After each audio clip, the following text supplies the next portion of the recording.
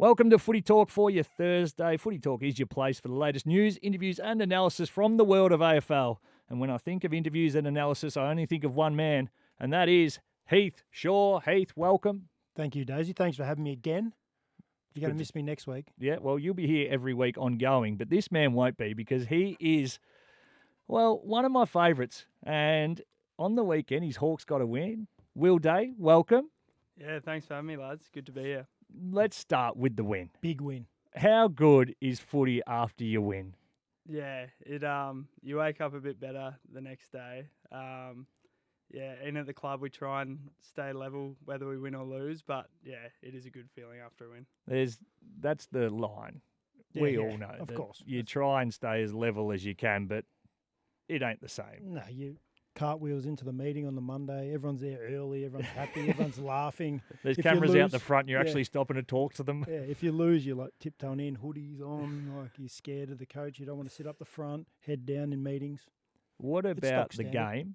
game? What was Mitch's messages throughout? Because the start wasn't ideal. They jumped you a little bit there early, and then from that point on, it was as if you guys outplayed them and were outcoached them, I should say. It was brilliant. Yeah, they obviously kicked 3 pretty quick goals. Us boys in the midfield were getting a bit of a bake early, but yeah, to get back and I think we're ahead or just behind by quarter time. And Sam, when he brought us in, he said, I would sort of congratulate you boys, but I mean, we got off to a shit start. So we've worked our way back. Let's just keep going from here. So I think, we didn't get ahead of ourselves. We just took the first quarter as it was, and we sort of did that at each break, just kept going on to the next one.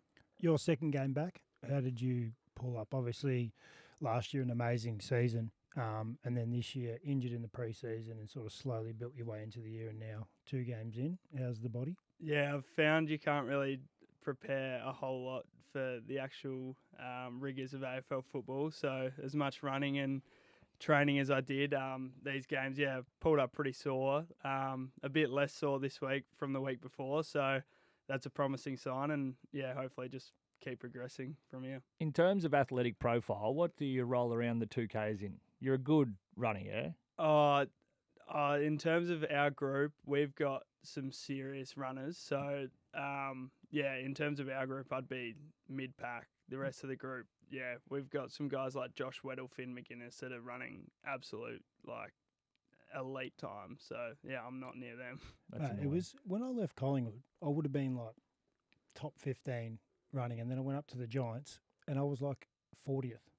It's an issue when you're looking at the back of Mumford. Yeah, exactly. I just couldn't get around him. That was the problem. That's a good sign that the game is moving past you. The Guinea, he's come across to your footy club. Talk to us about what he's brought, both on field and off field. Yeah, I think on field, playing in such a successful team as he did, even on the weekend, the dying stages of the last quarter, you saw him just little smart plays. He hit a little kick backwards under heat just to take some time off the clock. He was on top of the ball and trying to get it out and then handing it back to the umpire, just took that little bit extra, and he's just got those footy smarts that I think is our next progression. We're such a young team, and he is young, but the fact that we're able to bring him in and he can do that sort of stuff is pretty good. And off field, he's just another great personality around the club. I think we've got a different range of personalities, and he adds to that as well. He's been awesome. What will you be honest? Thoughts about him before he got to Hawthorn? So he wasn't like before he got there, before the rumours where he was getting traded. What were your thoughts about him? To be honest, I hadn't had much to do with him, so all I knew was a kid that dyed his hair blonde and plays for free kicks all the time. So I wouldn't say I was the biggest fan, but since he's got to the club, I've loved him. That's perception. That is. It is. Perception Isn't often reality, Heath, as we all know. Do you think he does get umpired differently? Or do you think he's a victim of his own doing in terms of playing for those free kicks? Because the AFL world knows when there's a high tackle and Guinea's involved, you go, who caused that?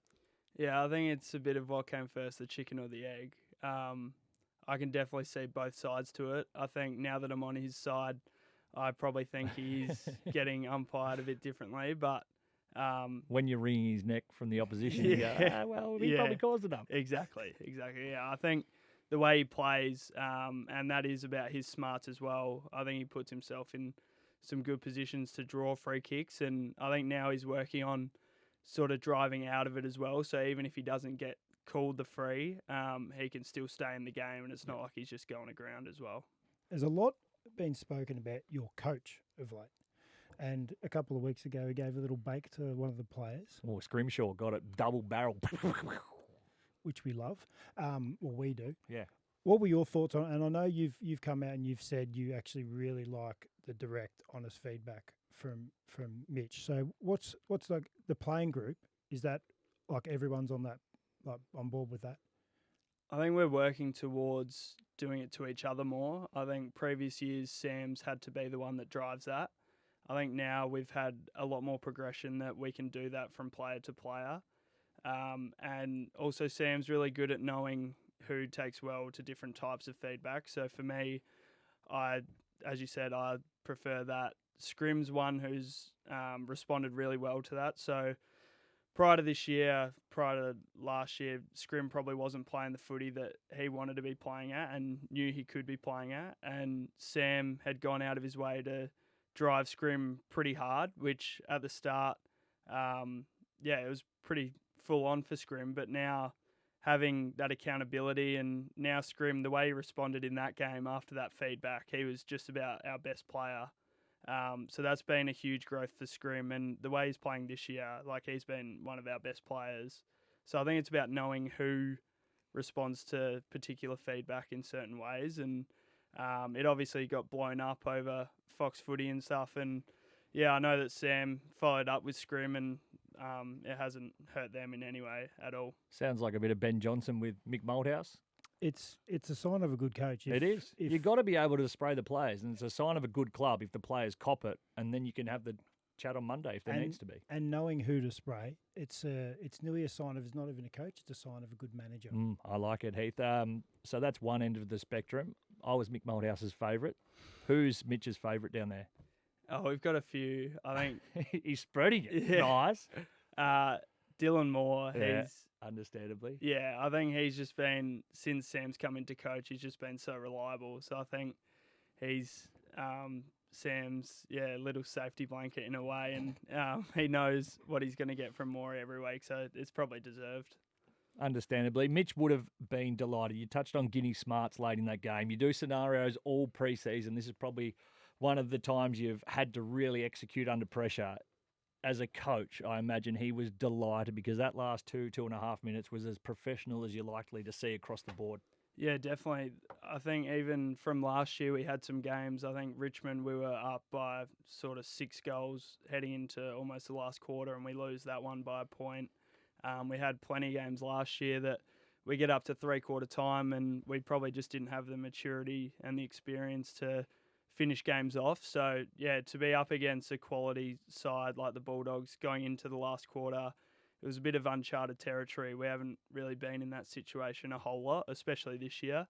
And the way, I think we just stayed composed, and last year we would have been freaking out a bit, but this year there was just a sense of calm, and I was really impressed with everyone. With the group, and obviously you guys know where you're at. You're a young group and you're developing. And obviously to have that win on the weekend was great for the club. Do you understand the process that it's going to take time, and you're going to, like, obviously as a group, you need to just like put in the hours, put in the time, and that the wins will come.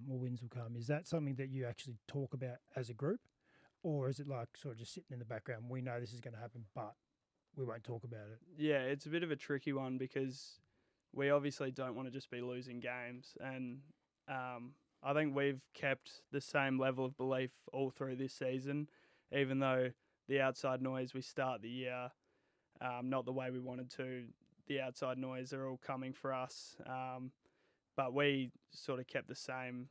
The way we went about it was the exact same, and to get that win on the weekend, it's good validation with where we're going, but I think it doesn't change a whole lot for us in the big picture, as you said, and I think everyone knows the journey that we're on, and week to week, even though we do want to win, we know it's more than that. Without giving too much away, has there been a shift in the mindset around the game plan? We know that Mitch was open in saying we're going offense first, and then it looked like for a couple of weeks there was a slight change. Yeah, that Melbourne game, the coaches put their hand up and said that wasn't the way to go about it. I think with such a young group, we tend to, what the coaches say, will go to the nth degree with what they say.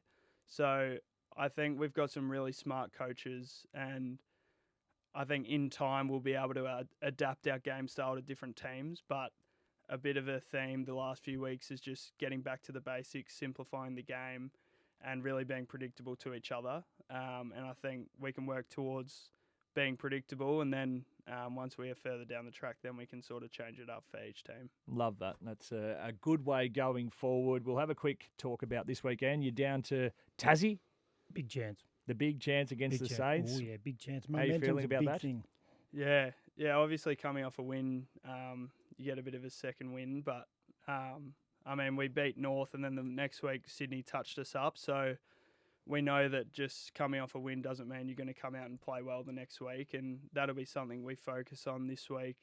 Just, as I said earlier, just trying to train the same as if it were a loss, and Sam's really good at the 24, 36 hours after a win. You can really have fun and embrace it all, but then after the review, we tie that game away, and then from here forward, we just look on to the next week. So, yeah, we'll have a good hit out at training tomorrow and go in firing. Looking forward to that clash. We're going to force you to stick around because we are going into full preview mode as we have a look at the big game tonight and the doubleheader tomorrow night. This is the Footy Talk podcast. Welcome back to the Footy Talk podcast for your Thursday. Will Day being good enough to hang around to preview tonight's big clash, as well as Heath Shaw. Carlton taking on the D's at the Triple MCG. Heater, expectations in this one? Will, feel free to chime in with whatever you'd like. Carlton I don't know.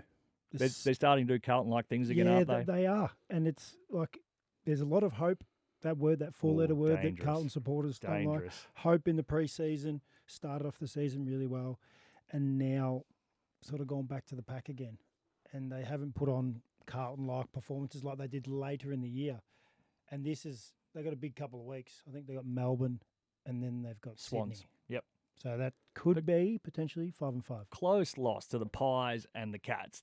That's not alarm bells. They are very good sides. Yeah, I think Carlton, or both teams, just have so much talent. I think Melbourne, their midfield and defence, like I look at their defence and they're the most organised, and talent like Steve May and Jake Lever are having almost career best years so far. So I think it'll be hard to stop. But yeah, I'll probably have Melbourne getting the win, I reckon. It's very much offence v defence, isn't it? Well, I was just about to say, big matchups. Mackay, Curnow, Lever and May. They were so good against the Cats on the weekend, keeping Jezza and Big Tomahawk goalless. Yeah, Jezza didn't kick goal. Jezza had a couple of chances late as well. Maybe have a chat to him. Midfield battle is also going to be good. Christian Petrarca's been getting tagged a little bit. Have you been tagged in your short career? Yeah, I had a few games last year. I think we had a 120-point win against the Eagles, and I was tagged, so I didn't really get a lick of the ice cream in that game. More frustrating. Yeah. Oh, and as if it's like, mate, come on, I'm not the difference here. How shitty are you going, mate? We're 100 points up, and you're still running next to me, and none of us are touching it. You're ruining the fun for all of us. But whoever it was doing a job. Do you subscribe to the fact that you just have to then continue to play your role? Yeah. I think the worst thing you can do is go outside of your role, and I would have got a big bake if I was trying to do too much or get into the game. So I was happy just playing my role. Do you subscribe to the fact that taggers do have a place in the modern game? Yeah, well, Finn McGuinness is obviously with he's us, a blanket. and he's fire blanket. I'd say he's take the oxygen out of anyone.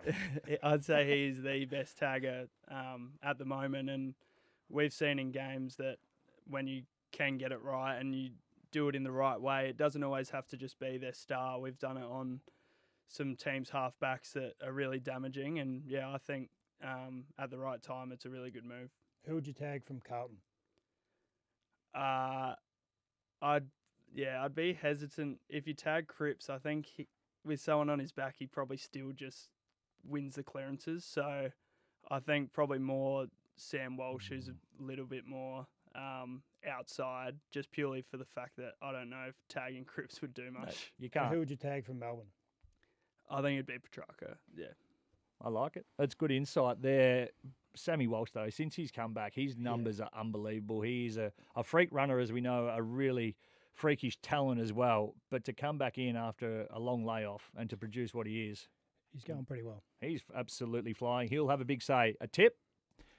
I'm going to go Melbourne as well. Defense over offense. Okay. Always. Well, I'm Coming the from only one defender. sitting here with the Blues on top. Double header on Friday night, which is slightly bizarre, but good on the AFL for trying something. Geelong take on Port Adelaide. Port Adelaide, of course, getting the tag as flat track bullies at the moment. They're in 7th on the ladder. Geelong sitting in 2nd. First round since, or that is going to happen, where every team in the top 8 plays each other. There's a fun little tidbit for you. Geelong at home, Tom Hawkins breaking all sorts of records, equaling records. We all on board that Cats win this comfortably? Oh, I'd say so. Yeah, I'm on the Port Adelaide flat track bully sort of setup, and they've got a few injuries as well, so it doesn't really help.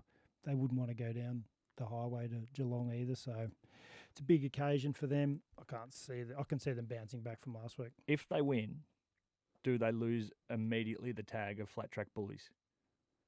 No, No?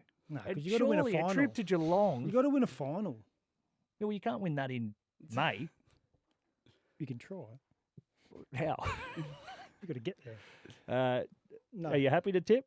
Yeah, I think Geelong at Yep. GMHBA is pretty hard to beat. That certainly will be. That should be a cracking game. It still got me absolutely stuffed what the Port Adelaide did with Connor Rozee. Might be the dumbest decision, and that could be a reason if but they it start was to go. because it was a showdown. That's why. Yeah, but at the detriment of 4 weeks now going forward. The other big game is, of course, Sydney and Fremantle over to the west. The Swans humming. Premiership favourites, low-level flying. The Dockers becoming sneaky good. Freo win. Say it louder and with more Wow. conviction. How much louder? Freo win. Nice. Why? You know when you just have like last week was the feeling like Geelong would due. Have a crap one. Yes. Gut feel. So Intuition. This is like Sydney up last week against the Giants, big game, played very, very well, smothered the Giants completely. But I just think Freo might just have something. They might be, if they're a little bit off the Swans, Freo can take advantage. And Freo actually go all right. They're flying. They got some good players. Yeah, I reckon Sydney get it done. I think the way they played against us was they're just so hard to beat, and they're in some pretty good form. So, yeah, I'll go with Sydney. Luke Parker get back in. He's been going well in the twos. Yeah. Racking and stacking them. He might win the comp best and fairest. I do love the fact that Fremantle have been able to switch their game plan, and you talk about what you guys tried to do, and it's tougher with a younger side. They've got the experience. Their ball movement now is just whatever you see, you just take it, which is a simple model, and I know that may sound too simplistic to some who are listening along today, but that just changes the entire game. If you see a corridor kick, don't worry about if we stuff it up and go the other way. Back your skills, hit it, and we are off to the races. Yeah, you probably were taught that from when you were in under 10s, but yeah. It's amazing how much it Yeah. changes, though, because the It consequence changes of zero, a turnover mate. at Stick AFL to level. basics. You're just talking about basics That's before, it. which is what you learn under Stacking 10s. them up, mate. Stack the basic and the effort up one by one, quarter by quarter, and we'll come away with a win, mate. Will. We Come love away Will. with a win. Hey, thanks so much, mate. All the best for the rest of the season. Stay injury free, and we can't wait to see what you do. Yeah, thanks for having me. Good fun. Good Thanks, man, Heater. All the best with whatever you've got on today. Probably a nap before going along to watch the big game tonight. This has been the Footy Talk podcast. Abby and Jay back on Monday to unpack the action from the weekend. If you're listening on Spotify, hit the bell to be notified when we drop a new episode. If you want to get involved, send us a message on Instagram at footytalk_pod. And outside of that, have yourselves a bloody wonderful weekend.